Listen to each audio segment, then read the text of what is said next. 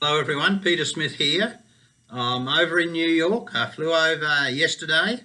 I've just got a sample of my abridged version of my Confessions of a Pro-Lifer at the United Nations. It's only 97 pages. I know it's big pages, but it's quite a good story. And if you'd like to buy it, there's a link at the bottom of this YouTube presentation at www.lulu.com. You can buy a copy. It's only £9.99 in UK currency. That's a few more dollars, a bit over about, I'm not sure, $20 for US or something like that, with postage and packaging. So I'm here in New York. Flew in yesterday. The jet lag's a bit horrendous. Woke up very early this morning. At 5 o'clock, I thought I'd get up, and then I had trouble with the clock. I'm not sure which time was right, so I think I've got it right now. There you go. It's nearly 8 o'clock in the morning. I'll be scooting down to church at East 7th Street Baptist Church, where I've been going for 24 years. It's a long time. I'm sort of an associate member there. I'm sort of a member. It's not very specific. But I feel I sort of belong there. Taylor Field, he's been there all that time.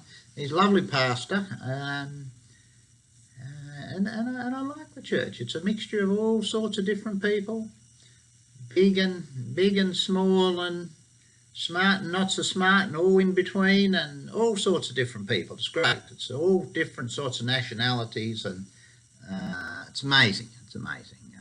A lot of sinners there. A lot of sinners. Sinners saved by grace. That's a wonderful thing. Wonderful thing. And then this afternoon, we've got some training.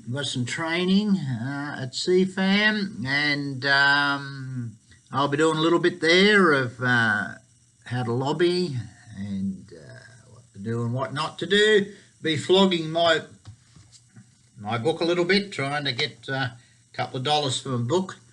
It's blooming hard work making one of those books, and people seem to think you should just give it away. I say to these people, you try writing a book like that and see if you're happy to give every single copy away and not even cover your print costs. So at least I want to cover the print costs, and well, I might make a penny an hour for all the labour I put into it, but it's looking pretty doubtful at the minute. But I'm hoping to get rid of a few of those books, and we'll be having a talk about lobbying and how to get a little message across to delegates. We might do a little bit on Twitter, because delegates follow Twitter, and they have a special sort of account thing that CSW does. Commission on Status of Women. That's what I meant. So all the big feminists from around the world will be here. They're looking forward to seeing me. Do you think so? The lesbian caucus, they'll be all there. The trannies will be there. Everyone will be there, and some pro-life and pro-family people like me. And there'll be a few men, but they won't be talking much about troubles men have. I don't seem to mention men, except in a negative sense, of course. And then hardly even that. They just sort of pretend we're not there.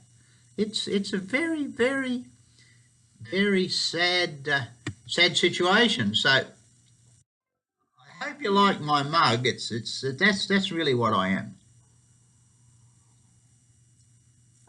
I'm not sure what it means, but I think that's what I am. A unreconstructed, ossified manualist. There you go. One of the slurs that people come up with. It's nice to wear these slurs, like I'd probably be a misogynist, homophobe, whatever. I don't know what I might be. Just a born-again Christian, as far as I'm concerned. And I'm meant to love my enemy, and I try very hard to love them. It doesn't mean you're meant to like your enemy, you're meant to love them. It means you're meant to help them if you can, right? And be helpful and not be nasty to them. So that's one of the things we talk about in the training. You'd never be nasty to people at the UN. Being nasty to people doesn't help you. If you're nasty to the opposition, they go, see these awful anti-choice, all these dreadful people. Make it hard for them to complain about you. That's part of the trick. Always be nice to everybody. There's a lady here. I sometimes see at the UN, Marianne Haslegrave from the Commonwealth Secretary, big pro-abortion lady. And I'll say to her, Marianne, hello, how you doing? And she'll say, don't talk to me. Okay, I'll just try to be friendly, but they don't want to be friendly. And I've tried to reach out to these feminist groups and that. There may have been something we could have worked together on. The cloning ban, we could have used feminist help there, because the way we won that argument, and it's in the book on cloning, we explained to people that if there was going to be all this embryonic cloning, you'd need all these millions of eggs, and where are they going to come from? Not from the rich countries, but from the poor women in the poor countries. And these young women would be exploited for a small amount of money, given hyperstimulation drugs, which could make them infertile or cause all sorts of problems. And that's when the penny dropped and we got the cloning ban, because the poor countries of the world realised that the poor women in their countries, would be exploited by this system. And anyway, there was never any cures from embryonic cloning and stem cell treatment. It's all from adult stem cells. And we told everybody that back when the cloning was on. Just trying to think when that cloning debate was on. I've got it here in the index somewhere. Cloning. Page 83. Page 83.